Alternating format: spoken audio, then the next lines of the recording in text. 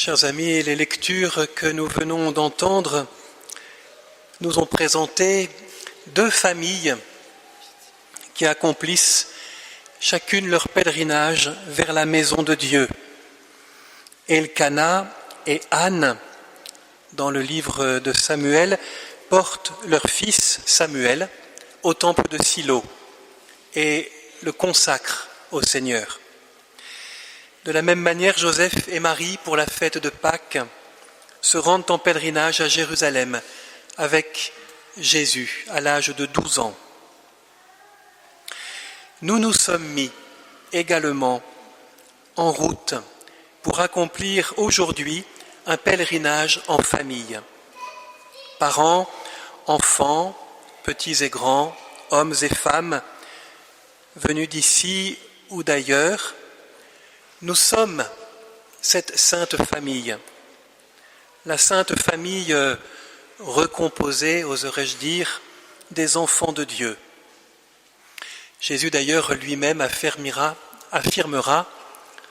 quelques années après l'épisode que nous venons d'entendre, que son père, sa mère, ses frères, ses sœurs, ce sont ceux qui écoutent la parole et qui la mettent en pratique.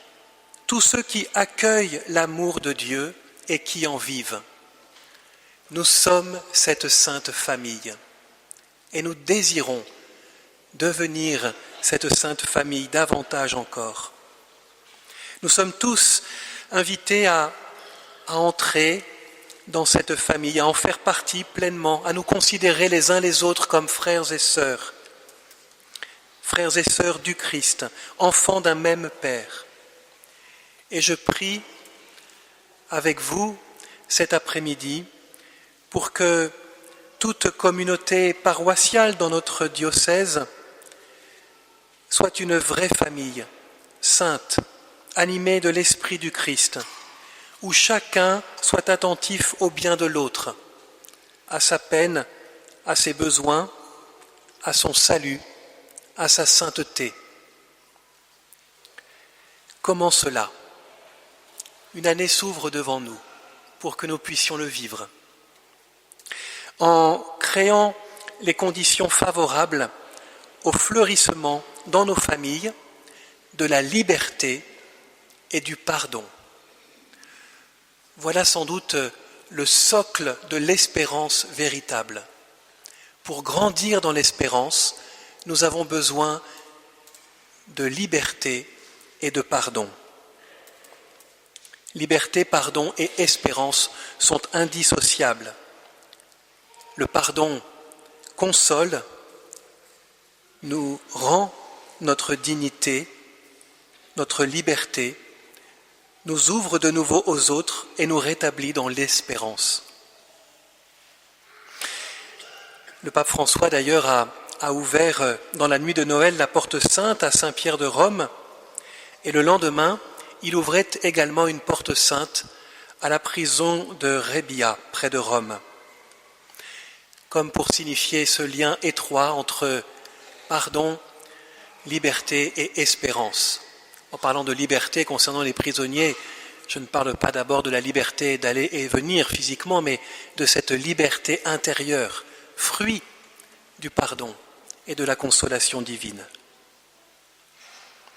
La Sainte Famille, précisément, nous apprend et le pardon et la liberté. Le pardon d'abord,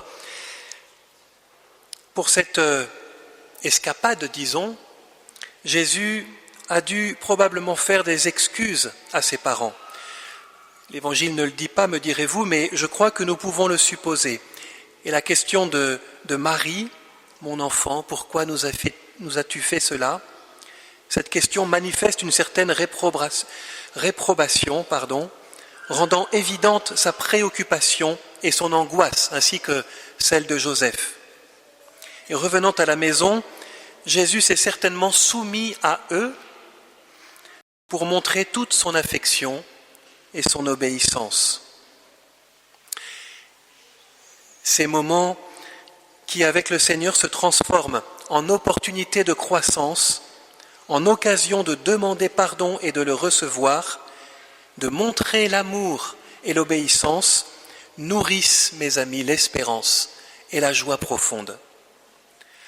Alors, au cours de cette année jubilaire, que chaque famille, je pense à notre famille élargie, mais je pense aussi à chaque famille humaine, chrétienne, que chaque famille puisse devenir un lieu privilégié où s'expérimente la joie du pardon. Que chaque famille devienne en quelque sorte une école du pardon et une école de liberté. Qu'est-ce à dire ? Jésus se rend au temple à Jérusalem et manifeste là sa relation au Père. Ne fallait-il pas que je demeure chez mon Père, dira-t-il.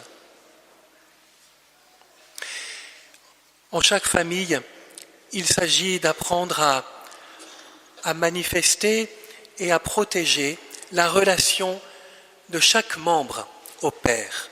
C'est sans doute le rôle des parents que de veiller à ce que leur enfant s'éveille à cette relation au Père, à cet amour du Seigneur, à cette joyeuse obéissance qui précisément nous rend plus libres. L'éducation n'est pas d'abord affaire de politesse, c'est important évidemment, mais elle est d'abord affaire de relation. Et peut-être en premier lieu de cette relation au Père qui nous aime.